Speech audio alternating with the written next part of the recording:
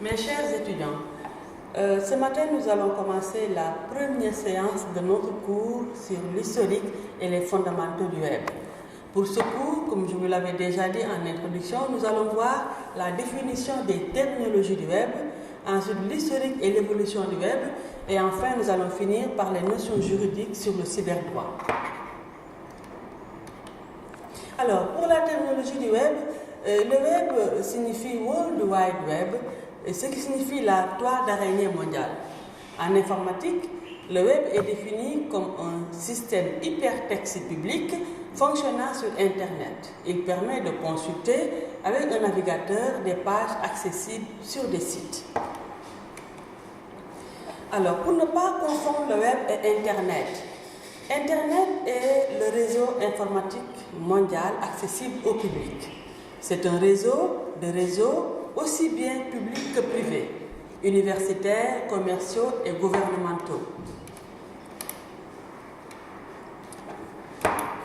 Pour l'Internet, donc, c'est le réseau informatique mondial accessible au public. C'est un réseau de réseaux aussi bien publics que privés. Il y a des réseaux universitaires, les réseaux commerciaux et des réseaux gouvernementaux. Alors, pour les terminologies du web, nous allons voir le navigateur. Le navigateur est un logiciel de navigation qui permet d'afficher des sites Internet, de télécharger des fichiers et faire de la recherche. Les navigateurs, vous en connaissez certainement. Il y a Firefox, Google Chrome, Opera, Safari, etc. Il y a également l'adresse IP. L'adresse IP d'un site web, c'est comme si on dit 145.57.39.155. Ça, c'est l'adresse IP d'un site qui permet à l'étudiant d'aller directement sur le site. Ou bien, si on n'a pas l'adresse IP d'un site, on peut commencer à aller sur le site par l'adresse web. Par exemple, http://uadb.edu.fr. Ça aussi, c'est une adresse web. Ou bien, il y a l'adresse électronique, c'est-à-dire xétudiant@uadb.edu.sn. Donc, ce sont des portes qui permettent de recevoir des mails ou d'aller directement sur les sites. Alors, il y a également le terme protocole et le terme HTTP. Ce sont des termes extrêmement importants que vous allez pouvoir utiliser lors de vos recherches web. Alors, pour le dictionnaire des développeurs, l'adresse HTTP, HTML à vos machines, c'est la manière dont le site est défini.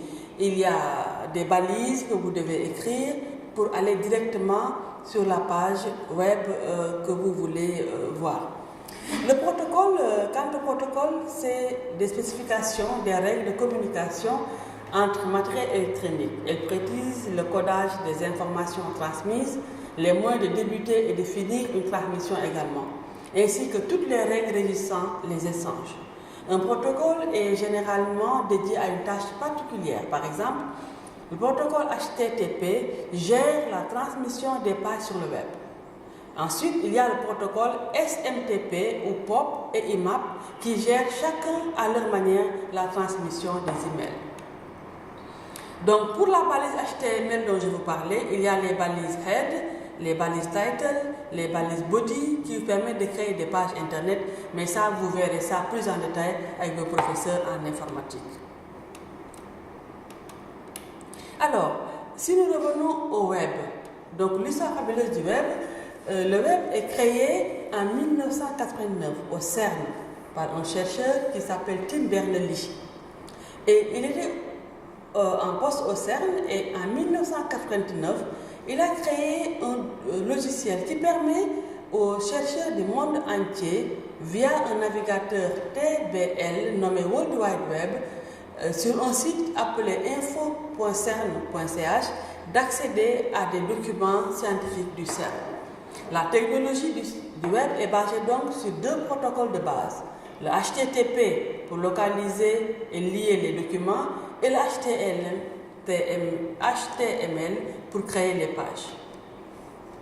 Donc le web est né en 1989 au CERN, mais depuis 1989, le web a eu plusieurs versions du web. Et nous avons assisté à plusieurs versions du web suite à la démocratisation du web parce que Tim Berners-Lee a mis le web en licence libre. Donc chaque personne peut accéder sur le web, changer des pages, créer une page en toute liberté. Et c'est ce qui a fait certainement, à mon avis, la grande importance du web parce qu'on l'a mis directement sur licence libre. C'est ainsi qu'on a eu plusieurs versions du web, notamment à Mosaic, qui a été créé aux États-Unis, au National Center for Supercomputing Applications depuis 1992, et qui est une version du web et qui a eu au premier 10 000 internautes en 1994. Nous avons eu aussi en janvier 1994 le Yahoo qui a été créé par Jerry Yang et David Filo aux États-Unis toujours et qui a permis aux gens d'accéder à des sites web et faire des recherches sur Internet. Nous avons eu aussi en 1995 Amazon.com que vous connaissez bien qui permet d'acheter des choses en ligne et de faire des réservations d'ouvrages, de films, vidéos, etc. Nous avons aussi en août 1995 l'Internet Explorer avec Microsoft qui a permis une grande révolution du web et les internautes ont pu accéder à Internet. Il y a également en 1998 un grand moteur de recherche qui est Google qui a été créé en Californie par Larry Page et Jerry Brin et qui a révolutionné notamment Internet. Donc il y a eu plusieurs versions du web, il y a eu Firefox en novembre 2004, il y a eu Wikipédia en 2001, il y a eu YouTube que vous connaissez bien où vous pouvez chercher des sites web sur Wikipédia, etc. Donc tous ces sites-là ont eu leur logo que vous pouvez bien voir sur le cours, notamment Google et puis YouTube. Donc de ces versions du web, nous allons passer maintenant du web 1.0 au web 3.0 qui est le web passif et le web social.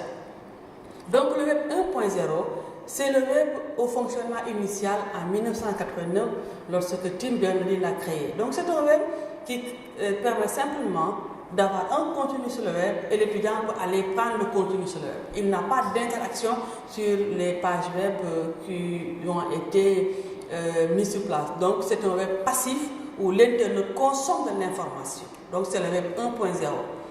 Ensuite, au web 1.0, nous avons eu le web 2.0. Le web 2.0 est l'ensemble des technologies et les usages du web qui ont suivi la forme initiale du web, en particulier les interfaces permettant aux internautes ayant peu de connaissances techniques d'interagir de façon simple à la fois avec le contenu et la structure des pages, c'est-à-dire comme les blogs, les forums, les flux RSS, les Wikipédia où chaque étudiant peut changer même la page web et bien des informations complémentaires. Donc ça c'est le web 2.0. À partir du web 2.0, on a créé le web sémantique, c'est le web 3.0. Le web 3.0 devient des applications en ligne qui savent analyser automatiquement des contenus. Les contenus écrits, des contenus d'images, etc. et qui savent les interpréter.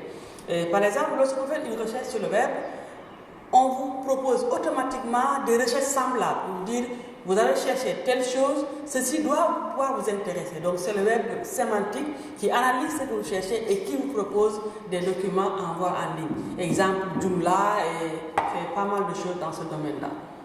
Donc on va voir également les métiers du web. À partir de ces pages web, il y a beaucoup de métiers qui sont avec le web, notamment le métier de web designer, de conception de maquettes web, les graphistes, les développeurs, les intégrateurs, etc., les animateurs qui réalisent des images en 2D ou 3D et des applications Flash. Voilà mes chers étudiants, je pense que nous sommes arrivés à la fin de notre première séquence du cours qui globalement a parlé de l'historique du web et des grandes définitions du web.